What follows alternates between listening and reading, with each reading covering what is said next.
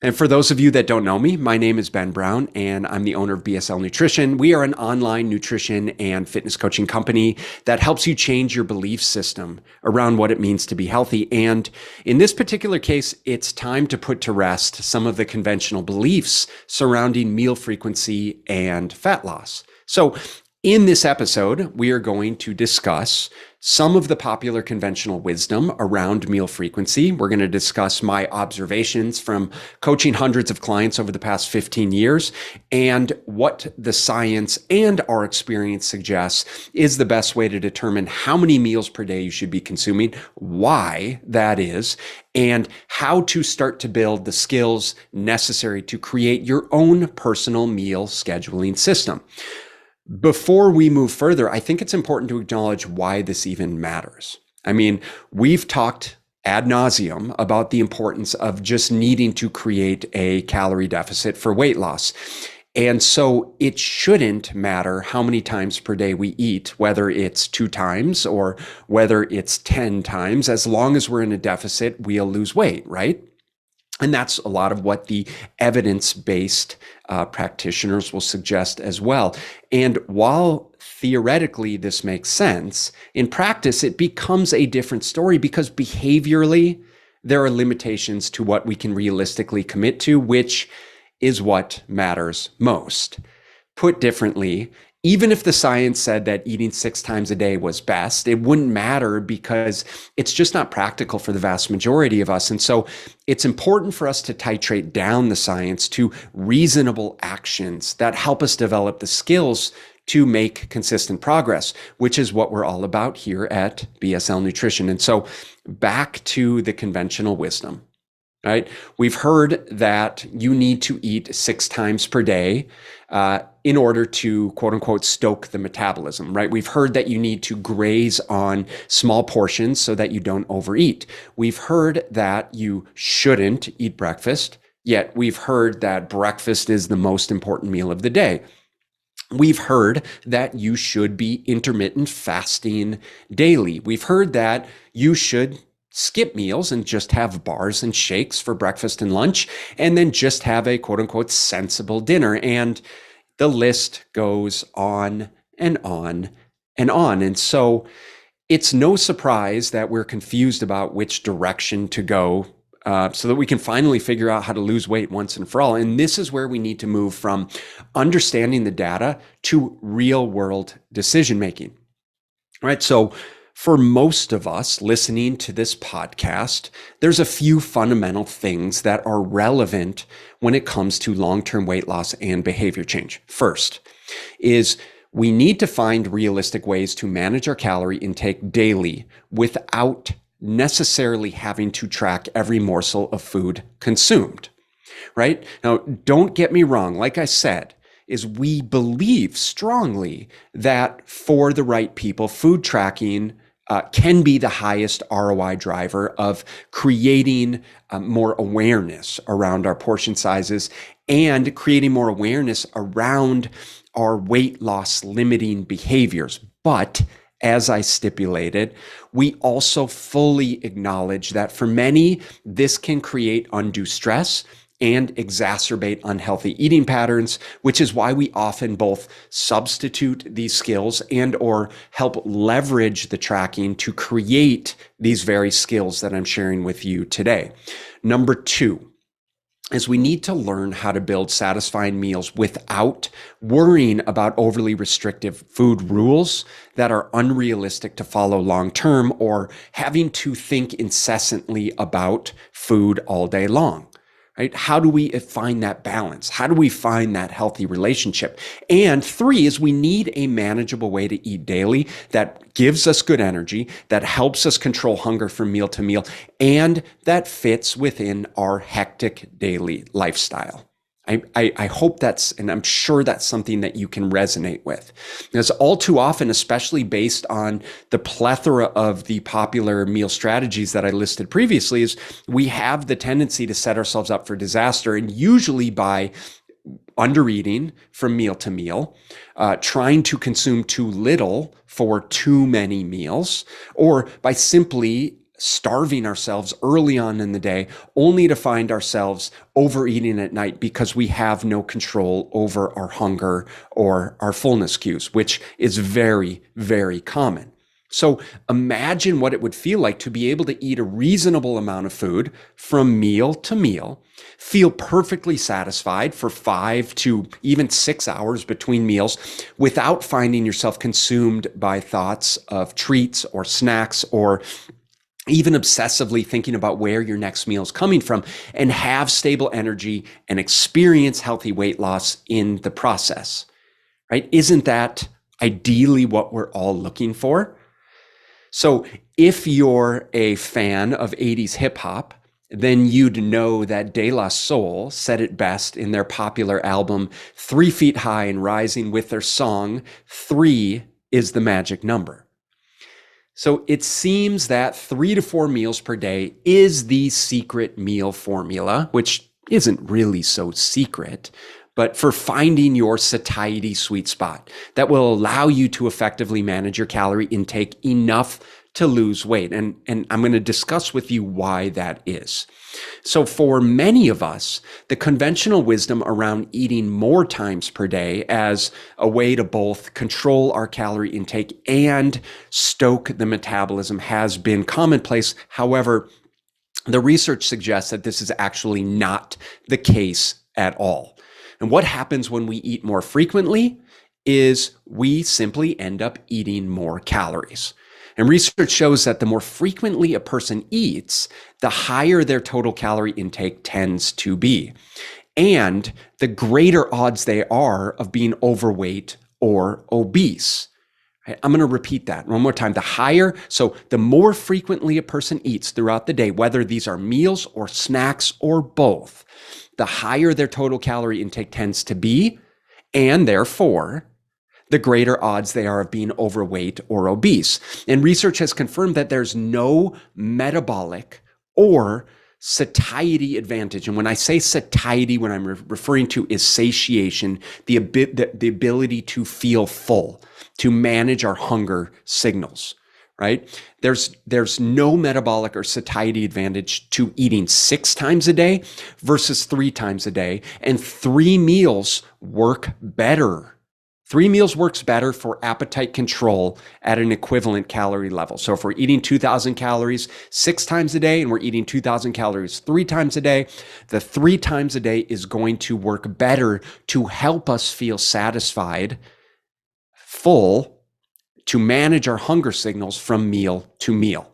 That's really, really important to understand. Additionally, it's been proven that snacking doesn't actually help you better manage your appetite from meal to meal. Rather, it just seems to add calories to the total. So for people that eat solid meals 3 to 4 times a day, that end up snacking in between, the snacking does nothing to control the amount of food that they consume at their next meal. And our thought process might be, if I have a snack in between meals, I would be less likely to consume more at that next meal. And that's simply not the case. So you might as well do away with snacking, as those extra calories aren't doing you any favors. And the reason for this has a lot to do with our hunger and our fullness hormones, particularly hormones called leptin and ghrelin. Now, essentially what we know is that we need to eat enough at meals to stimulate these hormones and to signal the brain to sense fullness, to sense adequate nutrition, and to thereby stimulate satiety so that we can have stable energy, so that we can have stable blood sugar levels, and so that we can experience fullness for 3 to 5 hours before our next meal. And so this is where developing the skills to effectively acknowledge and manage your hunger signals becomes paramount.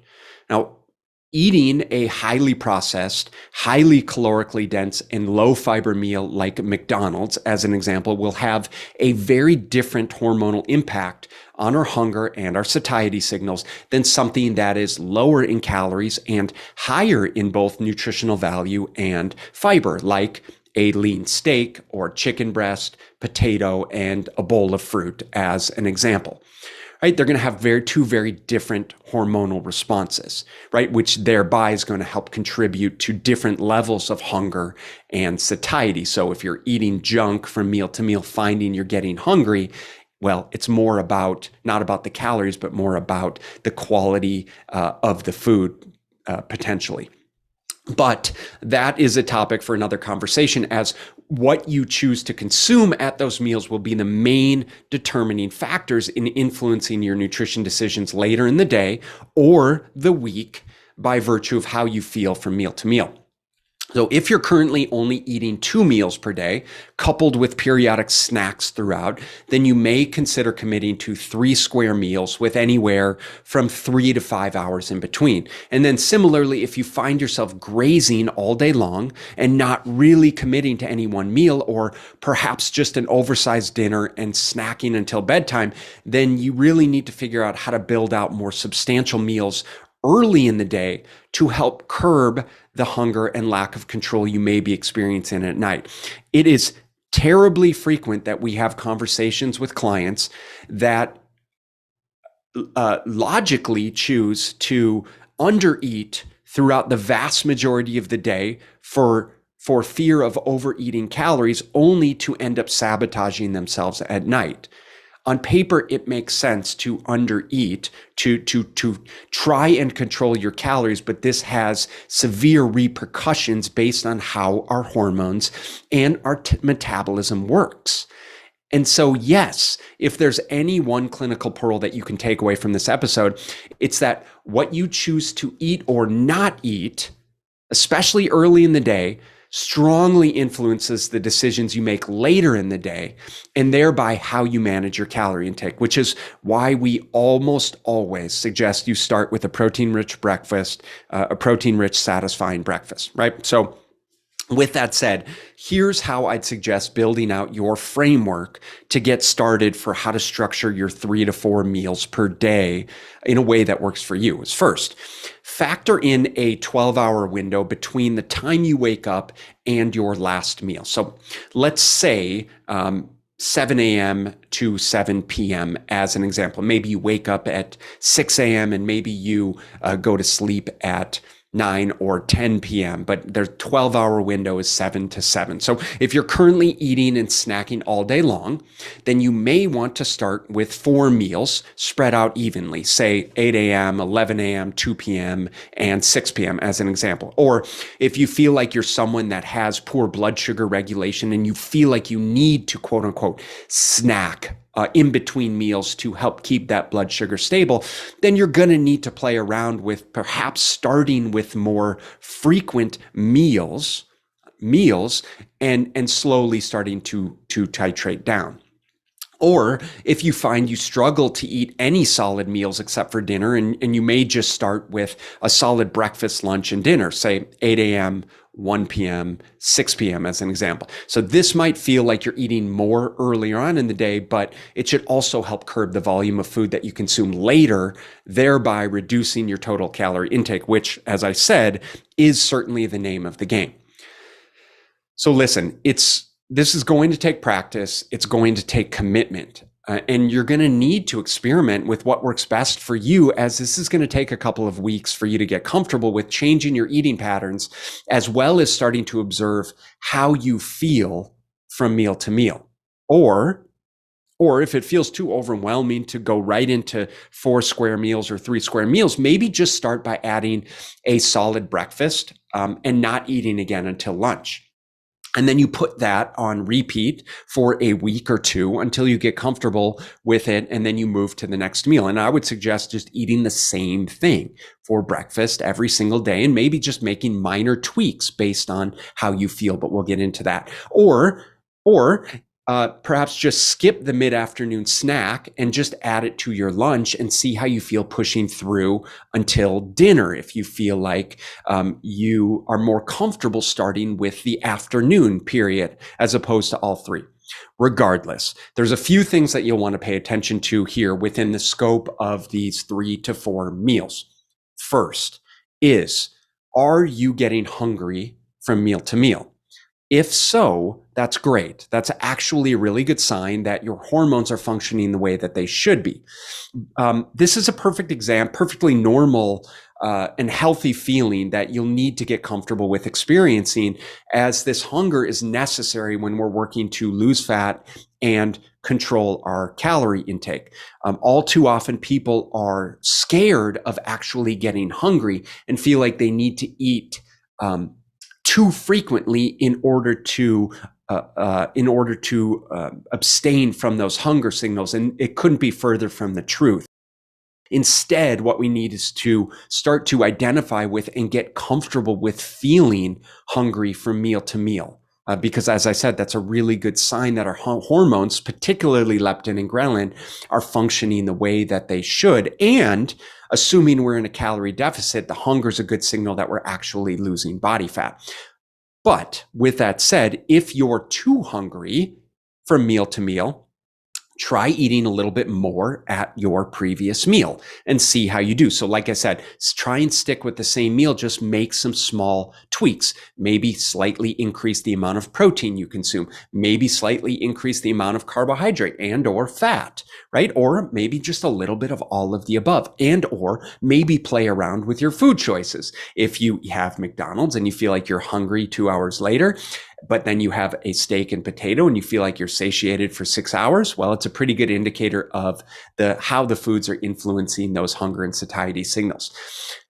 Next to that is, if you're not hungry in between meals and you're feeling satisfied for an overly extended period of time, well, maybe you're eating too much. Maybe just try eating a little bit less at your meals, which also would help you control your calorie intake. Okay, number 2. Is it actual hunger that you're experiencing? Oftentimes, especially mid-morning, mid-afternoon, when we're caught up in work stress, we might be feeling tired, might be feeling bored, we might be fatigued. That's actually just a way for our body and our brain to find more pleasurable stimulus, right? Like going for the caffeine, going for the sweet or the salty snacks. So pay attention to those feelings, check in with yourself and how you feel during these times. If you know you naturally turn to the caffeine and the sugar mid-morning, mid-afternoon, then perhaps opt instead to drink some water, have a stretch, go for a walk, maybe lay down for a few minutes if you're tired, as being an alternative to getting lost in the patterns around using food to help you manage your stress or your boredom or your fatigue or whatever it may be. Lastly, is what pre-existing behaviors drive the food decisions that you make, right? Do you choose to have a glass of wine after a long day? A handful of chips or trail mix when you're in between Zoom calls or running to the bathroom, the mindless snacking while Netflix and chilling after the kids go to bed. All of these things are very relevant, but the beauty of committing to actual structured meals without snacking in between gives you the flexibility and the freedom to eat the foods that you want within reason, as well as help you establish some very reasonable and healthy boundaries around the foods that you probably aren't helping support your health and weight loss goals. And because you have a clear-cut framework around when to eat and the freedom, frankly, to decide how many meals and when are best for you and your schedule, you can now start to put in the work around building out the most satisfying and nutrition meals for you so that you can have and stay energized, satisfied, so that you can control your calories without worrying about restricting foods, skipping meals, being hungry all the time, or constantly stressing about what and when to eat next. So hopefully that helps settle some of the confusion around how many meals per day to be eating for weight loss and how to start to build out your own individual meal structure. And of course, guys, if you need any help, we are always here to support you. I appreciate you tuning in. Let me know if you have any questions, and I will catch you all in the next episode. Bye.